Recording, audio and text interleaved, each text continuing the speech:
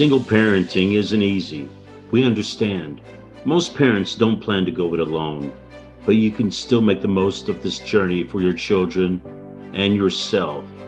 In fact, if you and your family are on that journey, this podcast is for you. Welcome to the Single Parent Advocate community and to our podcast.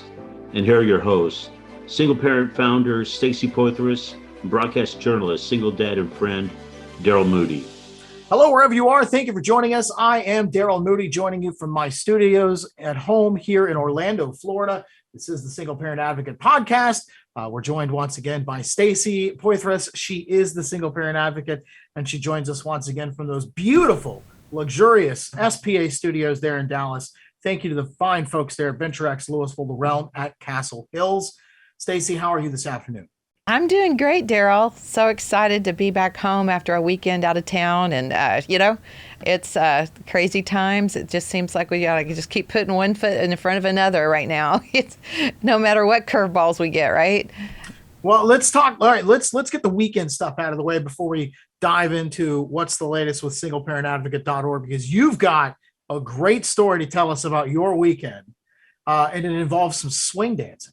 Yeah. So I always loved to dance. I've danced since I was a kid, and I went to Austin, Texas to actually go see my aunt. She's been very ill. We think that she has had COVID. Good news is she's coming out from under all of that. So super excited that she's all right, and count my blessings there. But then while there was a swing dance competition, which is like my favorite thing to do, and I went and danced Friday and Saturday, and I got third place in Masters, which was really cool. Masters is where you go and you don't know the music and you don't know who your partner's going to be. And so you just show up on the floor with your number on your back and do your best, so. Now, do you keep like 1940s swing dancing outfits in your car for just such an occasion? Did you have your dancing shoes with you? What kind of shoes do you wear for swing dancing? So I have swing dance sandals or swing sandals, and of course many of my friends do. I've been doing this for a long time, and just really, I take my shoes in a little bag everywhere I go, so in case I go dancing. Usually That's we awesome. wear black pants and like a bright colored top, and we just love to dance. It's a wonderful community, and of course everybody couldn't dance for the longest time, and so it was a lot of people, including me. It was my first time back on the competition floor, and it was a smaller event. It was very intimate, and everybody kind of, there were the mixture of masks like we talked about last week, in the back to school environment. Well, there was the mixture of masks at this contest as well. And everybody got along, respected each other's protocols. And man, we danced for hours. It was so fun. So if I find myself in a dark alley and we're confronted by, some members of a rival gang and they want to have a dance off, you're the person that I want to have with me. Absolutely. Anchor back, baby, and get ready to swing. We do West Coast swing. It's fun. And there was some country competition people there doing two-step and waltz and cha-cha. It was really neat. That's amazing. I know you're an incredibly talented woman, but to just show up and win third place at a master's level dance competition. Well, masters, you think about masters. Masters is really, if you're 50 years old and older. So that's why you're considered a master. If you're super advanced, they call you an all-star, right? Or something along those lines, an advanced dancer or an all-star dancer. But if you're a master's dancer, it's kind of like, in golf, you have the masters, who are certain age bracket. But, a lot of those dancers in the masters are very advanced, and so that can be kind of fun. So that used to be called the Senior PGA Tour. Now it's called the Champions Tour, because we can't call them seniors anymore. So now that's the Champions Tour. But I'm getting older as a golf fan, so I know all the guys on the Champions Tour now. So it's not, it's more fun for me because I know all the guys on the Champions Tour, whereas I only know, maybe half the guys on the regular PGA Tour. So, and I thought my weekend was fun because I took the girls and we went and played golf yesterday. But we did not happen upon a dance competition. No. But they have them in Florida. There's a lot of folks down in Tampa, Orlando. I know some folks all over the state of Florida that come and dance in Dallas, and we go there and dance. It's a national organization of West Coast Swing. That's what we do. Maybe when we tackle the subject of dating as a single parent, I'll share my story with you in the audience about when I had a date with a woman and we did ballroom dancing lessons, which I was not prepared for, but that's a different story for another day. So catch us up to date, singleparentadvocate.org. North Texas Giving Day is right around the corner, coming up in just a few weeks. Give us the latest on what you have going on. Well, so North Texas Giving Day happens every single year. It's hosted by Communities Foundation of Texas. And what happens is hundreds and hundreds of charities register at northtexasgivingday.org. We all create profile pictures and stories and talk about, what our work is doing in our community. And we give all of our fans an opportunity to create fundraising pages, and we get a matching sponsor. And all day long and really all through September, we're building, trying to get everybody to create these pages and promote, donating to support our respective charities, whatever makes our heart burst. And so right now what we're doing is we're really ramping up for that, hoping that right after Labor Day, everybody will get their giving pages made, and we'll be able to get some folks to use their own circles of influence to help fund the work that we're doing, either right here on the podcast or feet on the street in the North Texas area, or online, with all of our social media and digital outreaches.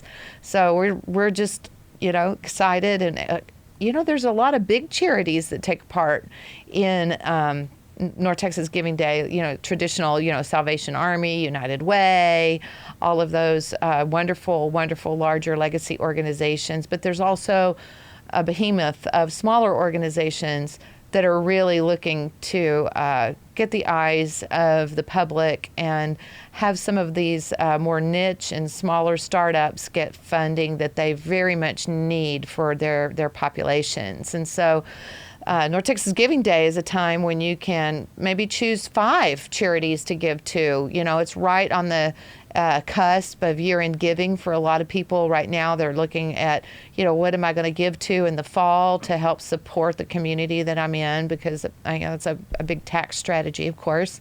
And so we're just hoping everybody will donate to Single Parent Advocate and help us, with these scholarships that we're looking to provide single parents in college, and all of these computers that we're looking to buy for the kids for school. And then if we really have a good run at it, we're going to try to get some clothing in the hands of about 100 kids that we know about from back to school that are asking for clothes.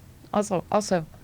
Awesome. And what I love what you said about northtexasgivingday.org, cooperating with some of the larger charities. But all you have to do is go to northtexasgiving.org. You can search Single Parent Advocate in the search bar there, and you can come up with your charity specifically. You can support that effort. So that's awesome. Again, it's September 23rd, correct? September 23rd. And northtexasgivingday.org. Just search for Single Parent Advocate. Pick us, and get your friends on board, get your family on board. This is a big call out to the single parents of our community.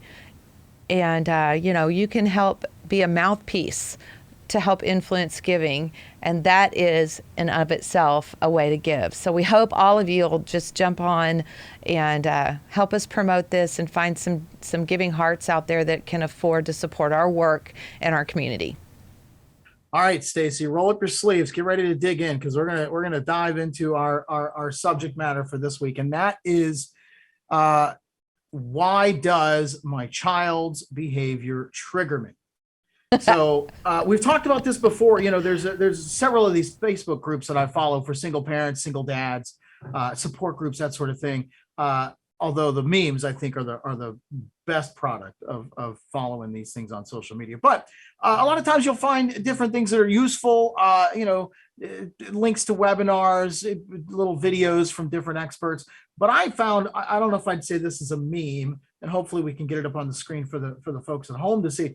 But it's a graphic. It's a woman kind of sitting, obviously beside herself. She's got her head in her hands.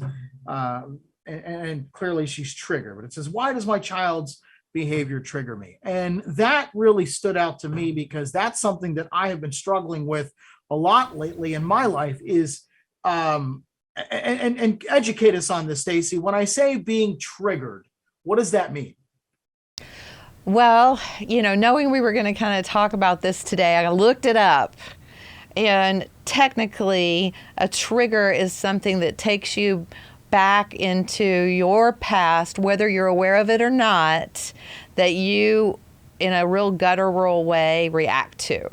And typically, it's a way that you've lost control. You have a loss of control in the way you react, and you don't really feel like you're your best in the moment, but it's really hard to get that train to slow down once it's really started rolling down the tracks. And that can be the train of fear. It can be the train of, anger. It can be the train of feeling a failure. It can be a train of sadness, fear, sadness, anger, all those different emotions are a result of being triggered as a parent. And triggers come from our past, like I said, whether we know about them or we don't, we're conscious of them. They are there. And I can tell you a few times when I got triggered. Daryl, you want to hear about that? Sure. Dishes in the sink. I did not and do not really react very well to dishes in the sink, or dishes around the house, anywhere. I do not leave dishes around the house. And on a day when I'm okay about, my stress level, or I'm rested and I'm, not pressed, I'll either put the dish away or I'll calmly say, hey, did you leave that dish there, with an eyebrow raise? But if, I'm not having a good day and I'm stressed or pressed in some kind of strange way, or maybe just normal way, I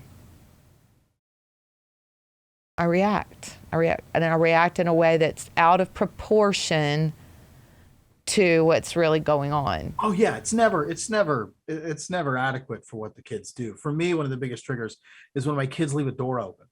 Now, granted, I live in Central Florida, which right now it's 90 degrees and 80% humidity outside, so quickly when you leave that door open.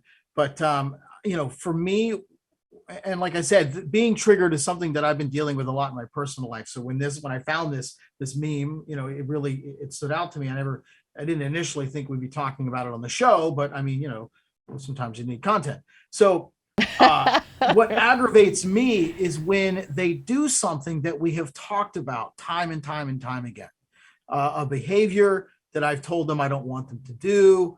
One thing I've noticed the kids do lately is when they reach for a cup of water, they grab it by the top of the cup like that. And I try to explain to them, there is a global pandemic going on where people are catching a virus and they're dying from it. And one of the easiest way to spread that is by touching the top of somebody else's cup, and then they go to drink out of it. And then whatever was on so it's, and I explain it the same way every time.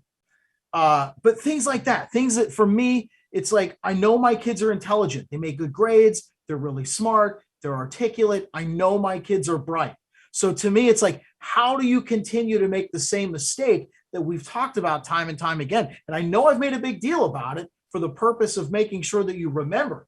And so when they continue to make those same mistakes, that triggers me for sure.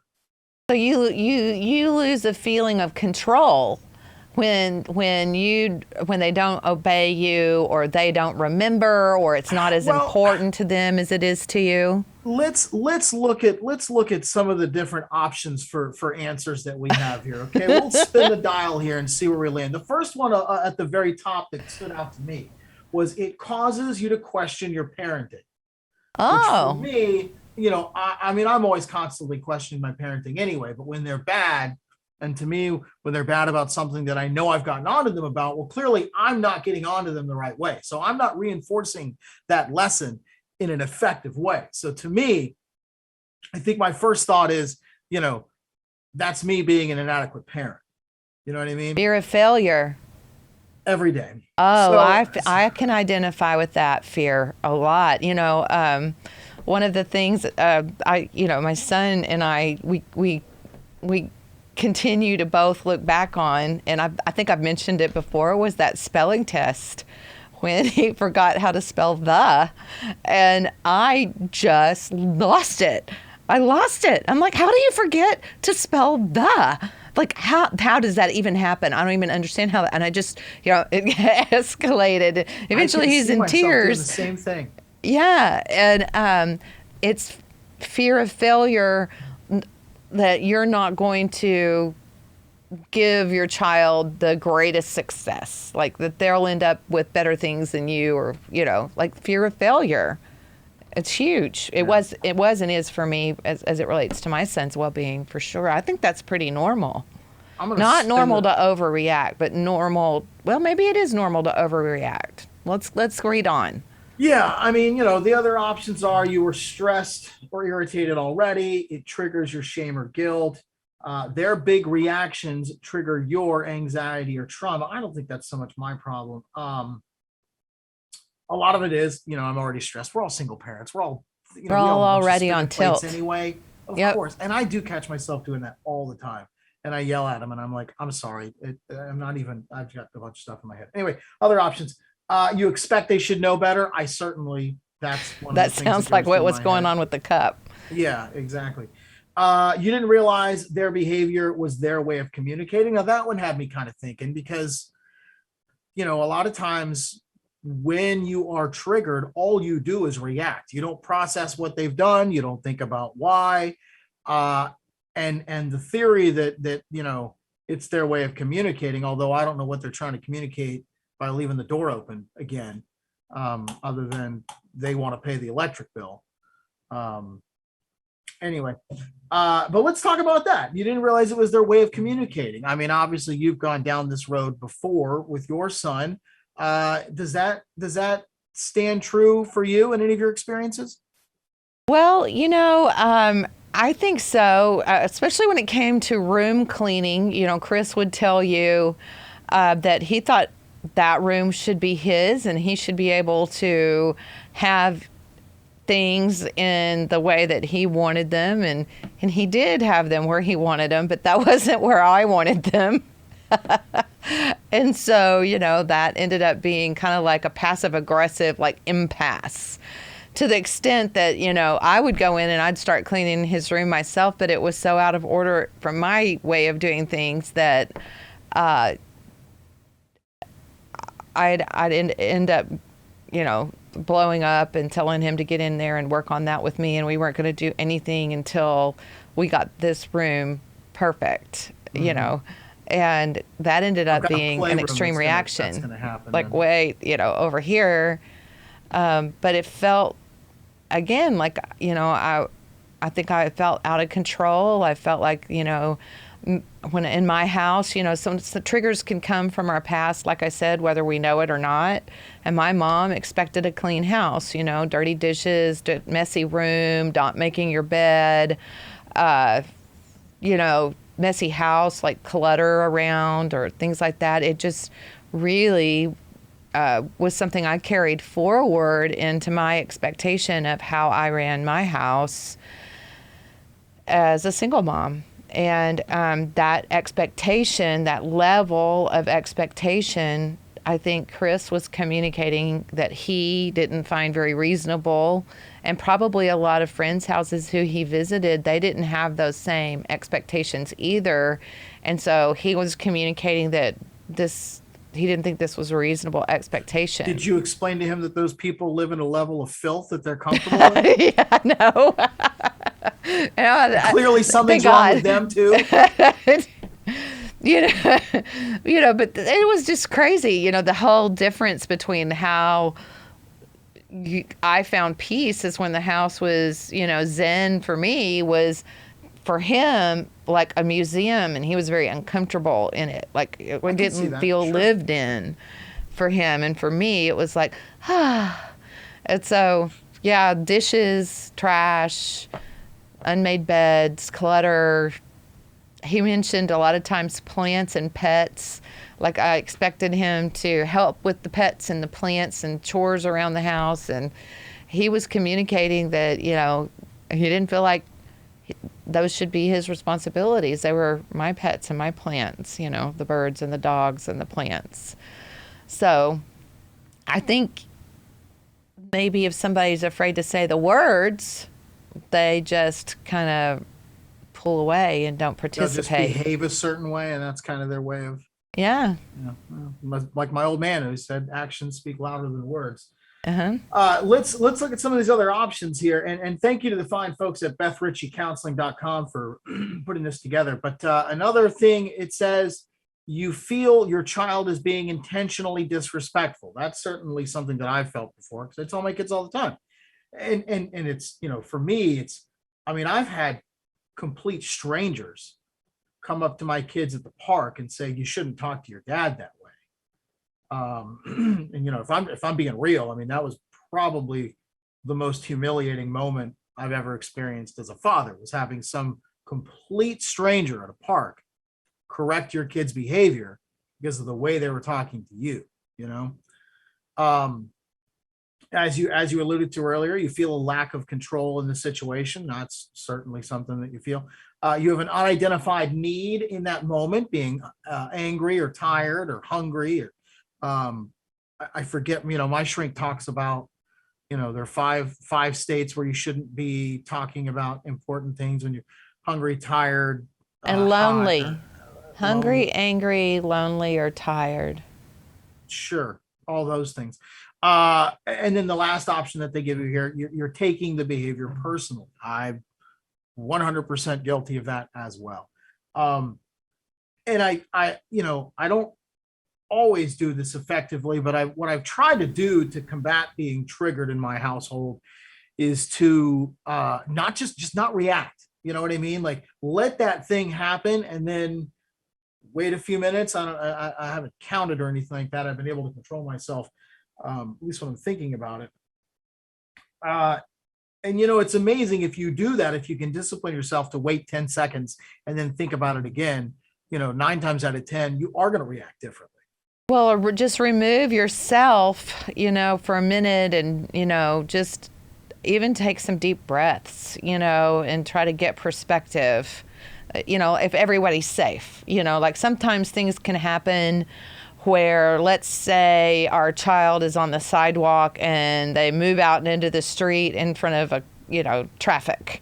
Mm-hmm. Like, to me, that's okay. I'm going to get that baby and I'm going to get him off the street, quick. Yeah. But what you say to that child at that moment, can be, scolding and aggressive and really debilitating as far as the child's, the way they learn to speak to themselves. Mm-hmm. Or you can say, "I'm so glad you're okay. We're going to have to go over, this whole traffic thing again.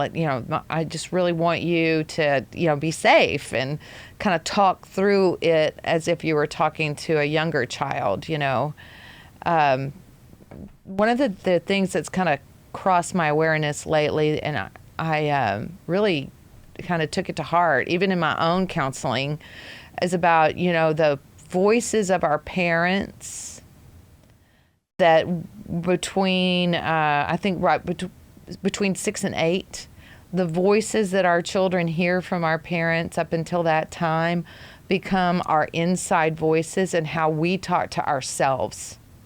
And so if we are continually being triggered and communicating from a place of triggering to our children, we are teaching them how to talk to themselves. and they will carry that, and that becomes their, or a portion of their inner voice.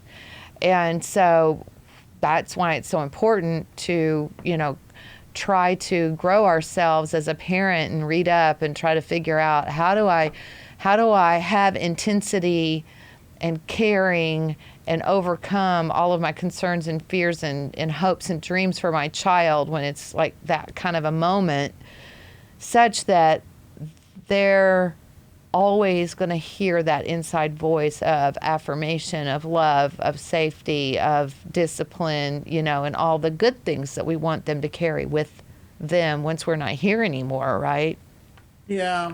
I mean, for me, it's, it's so hard to not knee jerk and yell at them and that sort of thing. And I do yell at my kids. I'm guilty of it. But, I always tell people, for as much yelling and aggression and chaos as there is in my house, there's also a lot of snuggling, a lot of loving, a lot of, when I tuck the kids in, I always make a point to lay down, on their bed kind of with them. So I'm really close to them, to get that intimacy, because I feel like I scream at my kids all the time. And I do feel like I'm way harder on them than I'm sure their mother is. But I don't know. You ask my older sister, she'll tell you that she's more, my ex-wife is more strict on them than I am. But well, it sounds like, Daryl, you're really open, though. You have an open heart as it relates to saying, hey, guys, I didn't conduct myself in the... Oh, I've apologized a million times to my kids, a million times. And so they're learning from you when they slip up that they can say they're sorry too, or they can apologize. I hope so. Like whenever you talk to them about yelling back at you, that's kind of a catch-22, but maybe you can say something like, well, when I slip up and I get, to a point where I'm like yelling too much, and I realize it, I usually ask for forgiveness because I don't want anybody to remember that as the most common memory of me. I want you and people I care about to remember and know that I care for you, and that it's an intense amount of care that I sometimes I don't show very well. Well, I think for me, the struggle is like, I want my kids to, like, when it's go time, like you attend hut, stand at attention, await instruction, do exactly what I tell you to do it, and don't do anything until you're done doing everything I told you to do. And for me, like, I wish my kids could transition from being kids to good soldiers, more quickly. Sounds like you may have a couple of creative minds, and they might, need I can't speak for you on this, but, some structure comes in a lot of different forms, right? And if you have more of a creative mind, structure is a little bit more round versus square, like setting, like we talked about last week, setting boundaries. Like, I want you to do this between noon and 2 or whatever, and as long as that's done within that time frame at this, then you end up having more reasonable expectations of what that personality type or that person thinks they can align with, even little minds, they can have ideas of their own. And so, that was one of the things I read about triggers is, a lot of unreasonable expectations that we put on ourselves. Like, I expect my kids to hut to, or in my case, I expect my child to keep a perfectly clean house. Sometimes it just doesn't fit their DNA. And so is it more important to, meet these incredibly difficult expectations, or is it better to kind of work with what you have and adjust those expectations a bit? I'm sure to some extent I need to adjust my expectations. It is probably a little unrealistic to expect a 6 and 8-year-old to, snap to attention and do what I asked them to do. But but in the case of, we're going to go to the golf course, like I shouldn't have to tell them 4 times to put their shoes on. You know what I mean? And when I get aggravated is after I've told them, put your shoes on. And then I see them 2 minutes later and she's at the bookshelf playing with something and she's got no shoes on. I'm like, wait, I gave you one job, put your shoes on. You know what I mean? Like, to me, it's like, I just want my kids to focus on what I asked them to do when I ask them to do it. Right. Well, maybe a different consequence instead of you yelling at them, or, it might be, oh, I'm sorry, I guess we're going to miss the golf course today. Nobody's got their shoes on. You know? And man, I've had to, that's so difficult when you have to follow through with a consequence like that, where you told them that you're going to take something away from them if they do it again, and then they do it again. And you're like, I have to take this from you. Like, you know what I mean? Like, I want to go to the golf course, but I told you that I was going to take it away from you. So now I have to take it away from you, because if I don't take it away from you, it just chips away at my credibility, and you're not going to believe anything that I say, because that you can get out of it. You know what I mean? And that's part of structure, in our lives, and so. Well, what I find myself doing now, Stacey, is I'll go to say, if you do that again, I'm going to take this away. But then I stop myself from saying it. I'm like, they're going to do it again, and you're going to have to either take it away. And then you don't want to take it away. Right. And it's so, okay, well, what's a less serious consequence that I can threaten them with? You know what I mean? That doesn't ruin the whole day and take away what we had planned. So, something that doesn't punish yourself.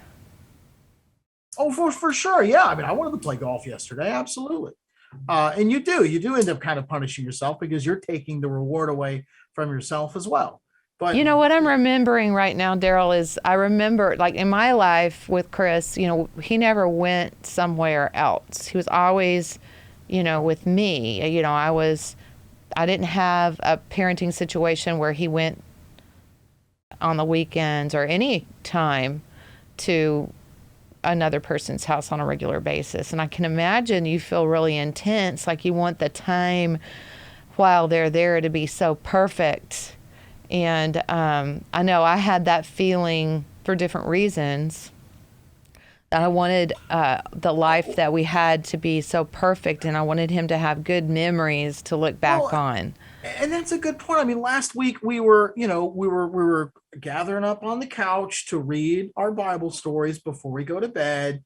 And, Elise wants to read the story, but of course she doesn't recognize half the words because it's all Bible stories, and she doesn't know who Nehemiah is or where Nazareth is or how to pronounce those words or stuff. So it's like, no, you need to read a kid's book. But I mean, she started fighting with me, and then Claire got upset, and I'm like, forget it, we're going to bed. And I remember explaining to them how upset I was, because I was like, I wanted to have this sweet moment where I'm gathering my kids together and we're reading God's word together before we go to bed, and you two ruin it with your bad behavior. And of course I didn't help it by being triggered and reacting poorly, which I'm sure I did. But it's like, it's so hard to not let little things like that ruin something as nice as reading with your kids every night. Well, I think too, as single parents, we're working toward our own best life while we're working toward our child's, our aspirations that we have for our children. I think that's true of any parent, single parent or not, but that intense, fear of failure, like this isn't going to be a good memory, or this is ruined, like maybe letting ourselves off the hook. I saw this article online. It was called OneTimeThrough.com, What You Need to Know About Parenting Triggers. And it talked a lot about these 2 books. And maybe we should publish this for all of us to kind of consider listening to on Audible or reading. One was called Raising Our Children, Raising Ourselves. And then the other one was called Parenting from the Inside Out. And both of these talk a lot about, admitting that we're not perfect and being open to learning. if you think about it, most single parents have come through some form of ruin. I talk about all the time: divorce, disease, death, disability, decisions, and all of those situations put us in a place of stress and anxiety and feeling like we've been a failure or we've been rejected or we're not good enough. And, we come from this as our condition of heart to these most precious souls that we have in our lives, wanting to build the most perfect experience for them. And we have to work on ourselves first. And it's never, even now, I'm learning, I'm in counseling still. It's never finished. We're always learning and growing and learning something new. And once we've mastered, 6-year-olds and 8-year-olds, they turn 12 and 14, and then they turn 18 and 21. And, it's like this constant evolution. And then you add a pandemic and culture changes and all the different variables, that you're faced with. It can't be very easy to know what good looks like, because that's a moving target, right? It's a moving target because we're always learning, they're always learning, we're all always facing all of these different things in our environment that change the game on us and make us all feel out of control and like things aren't fair. And what's that website again? It's called onetimethrough.com, and the article is What You Need to Know About Parenting Triggers. And then 2 books that she recommended was Raising Our Children, Raising Ourselves, and then Parenting from the Inside Out. I just thought, gosh, it looked like a really great way to get some ideas about, okay, I'm feeling that fear, or I'm feeling out of control, or I'm feeling disrespected, or I'm feeling, like a failure all of a sudden. Like in the park when your child was yelling at you, right? And you're so embarrassed and you feel like a failure. What could you do to diffuse the situation and, get to the point to where you could communicate without totally losing it, and sometimes losing it is not yelling back. For some of us, losing it is running away or crying or burying our heads, like you were saying, the lady in the picture. Sometimes losing it is, self-medicating. Like people lose it in other ways other than just yelling. And so I think all of us, me included, just have to constantly work on ourselves, and being the best parent we can involves constantly working on being the best parent we can. And some of the times that involves letting ourselves off the hook, even though things don't look like we really dreamed of. It doesn't mean that they're bad. It just means they're different. Well, maybe we can share those links on the various social media pages for Single Parent Advocate. Oh, yeah. No, I'm going to. I'm going to Okay. put it on the caption for our post today on YouTube, and I'll put it on the caption for all of our listeners. What do they And say in the comments below? yeah, comments below. My kids will be so proud of me. See? But yeah, no, I'll put it all up there. But I think, you're not alone in this. I mean, all of us have lost it. And, the quicker we can take that inside voice, that critical inside voice, that's the thing I'm going to counseling for right now, and speak to ourselves in a way that is forgiving and is affirming. Then we can speak to our children that way, even though we feel out of control. And how do we get to that place? I think it's a constant thing, But if we do that work, then we're teaching our kids to have that inside voice to be able to do the same. And that is a pretty positive legacy, I think. Well, excellent show, Stacy. I feel like I grew as a person. Thank you for your tutelage as always. Oh, well, I think and it's just a reminder, a school of folks, hard knocks. Well, I mean, tough love. I can take it. North Texas Giving Day coming up September 23rd. NorthTexasGivingDay.org. Search for Single Parent Advocate in the search box there. Donate directly to them.